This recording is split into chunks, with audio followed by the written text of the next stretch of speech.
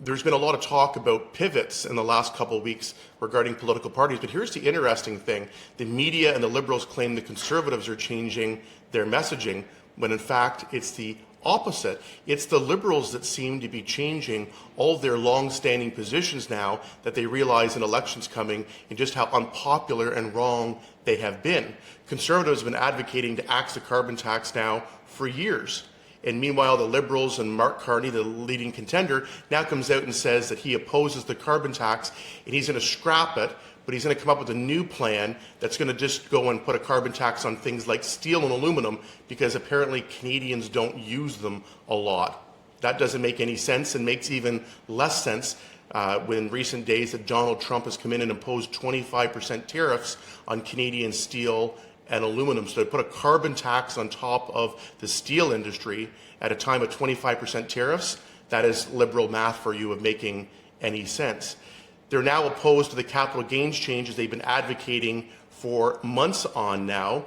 And the most bold flip-flop from the Liberals most recently is they now pretend to be for Canadian energy projects. After they put in Bill C-69, the anti-pipeline law, they're now claiming that we need an east-west corridor for energy, something Conservatives have been advocating for years and Liberals have been strongly opposing. It's very interesting what a leadership race in an impending election brings, but here's the thing. Whether it's Mark Carney or the entire Liberal caucus, it's not Conservatives that are changing and pivoting our message.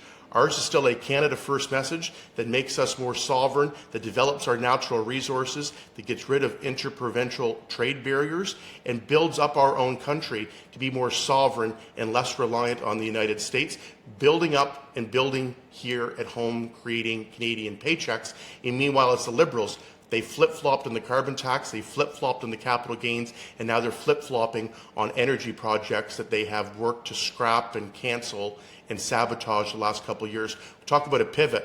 We talk about all that. Now Mark Carney's getting in trouble himself for being needing to tighten up his message, he says, because he's getting the habit of saying one thing in English and another thing in French when it comes to his positions on things. So see where they stand.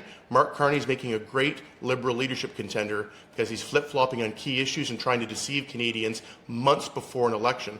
If anybody's desperately trying to pivot to appease Canadians, it's the Liberals, and Canadians aren't buying it.